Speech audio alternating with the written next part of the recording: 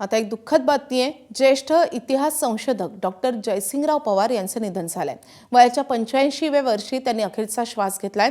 छत्रपती शिवाजी महाराज, संभाजी महाराज, शाहू महाराज यांच्यासह महाराणी ताराराणी यांच्याबाबत जयसिंगराव पवार यांनी मोठ्या प्रमाणावर संशोधनपर लिखाण केलंय। डॉक्टर जयसिंगराव पवार हे आचार्य अत्रे कोल्हापूर भूषण पुरस्कारासह अन्य महत्त्वाच्या पुरस्कारांनी सन्मानित आहेत।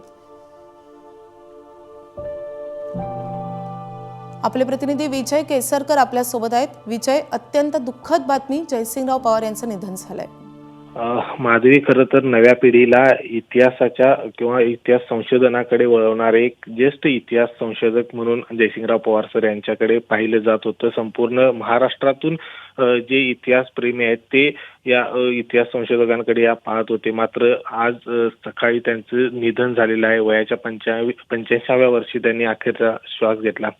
गेल्या 1 ते 1.5 महिन्यांपासून त्यांच्यावरती रुग्णालयामध्ये उपचार सुरू होते। त्यांची तब्येत आहे ती खालावली होती। मात्र आज पहाटे साधारण 5 वाजण्याच्या सुमारास त्यांचं निधन झालेलं आहे। खरं तर खरा इतिहास आहे तो जनतेच्या समोर आला पाहिजे आणि म्हणूनच त्याच्यासाठी प्रयत्न आहे ते पवार सरांचे असायचे। नेहमी छत्रपती शिवाजी महाराज असतील, छत्रपती संभाजी महाराज, शाहू महाराज, महाराणी ताराबाई यांच्यावरचं लिखाण आहे ते खूप प्रचंड आहे आणि संपूर्ण भारतभरातील जे इतिहासाचे संशोधक आहेत, इतिहासाचे अभ्यासक आहेत ते पवार सरांच्याकडे या ठिकाणी मार्गदर्शन घेण्यासाठी येत असत। परदेशातील विद्यार्थी देखील पवार सरांच्याकडे या ठिकाणी मार्गदर्शन घेत असत।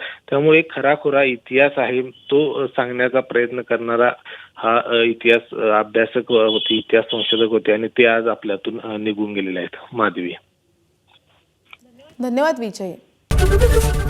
एबीपी माझा, उघडा डोळे बघा नीट।